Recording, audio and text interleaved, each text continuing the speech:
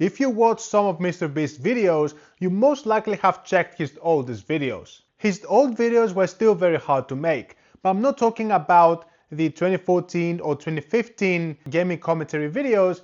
I'm talking about the 2016 in real life videos which he transitioned to, also called IRL videos. See, according to Jimmy himself, in summer 2016, he was spending about 15 hours grinding on YouTube. That means working on his YouTube channel for 15 hours a day, but that doesn't translate on how many videos he's uploaded during the summer. Because he was exploding during that time, hitting 50 and 100,000 subscribers in one summer, you would expect that he posted about 50 and 100 videos and pouring a lot of money into producing his videos. But in reality, he only posted 22. What? Yes, I'm also shocked too. Specifically, I went through his oldest videos and I'm referring specifically all the videos between the best intros on YouTube, number 1 or part 1, and listening to old voicemails for the first time. And we see a lot of interesting videos like Amazon reviews, other interesting topics, and some challenges. Unfortunately, I cannot display the videos because of copyright, but based on the thumbnails, you can notice that they are quite amateur and easy to make.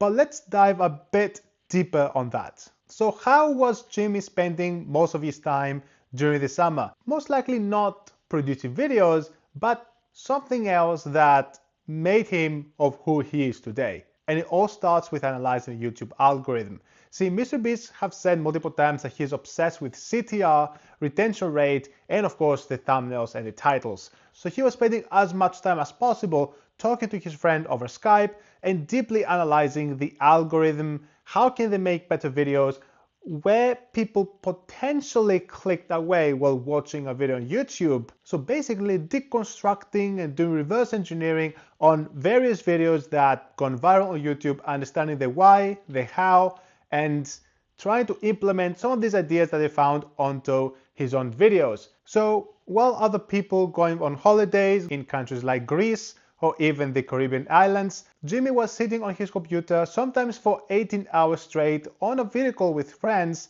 and only ending the call for sleeping and then waking up the next morning and going back to the call to continue analyzing videos. Yeah, this is actually real passion.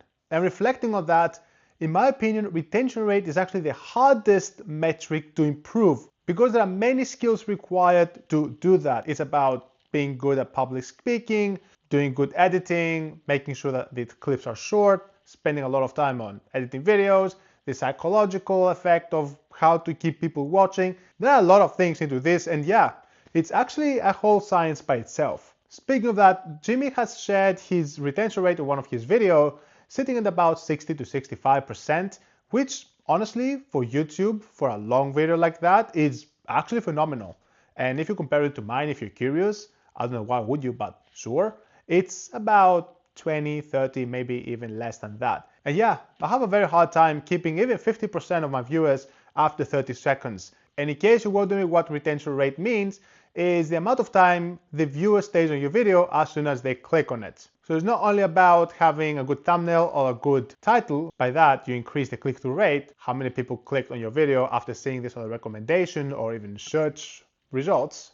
But can you keep them watching through your entire video? That's the real science. Bruh. And Jimmy himself has admitted that he was very obsessed with that specific metric back in 2016, where retention rate was not hooked as much as it hooked right now. So maybe it wasn't hard for him to make these videos, but the difficulty was finding the idea, scripting the videos, making sure that the retention rate is highest as possible, analyzing other videos and take ideas, put them in his own videos, creating thumbnails that stand out, not necessarily professional, but stand out compared to the other videos, and just make the video.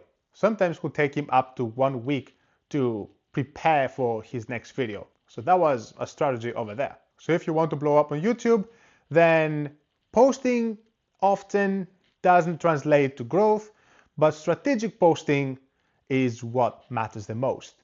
And speaking of uploads, this is the 12th video of the 365 Project Challenge, where I post one video per day for 1 year.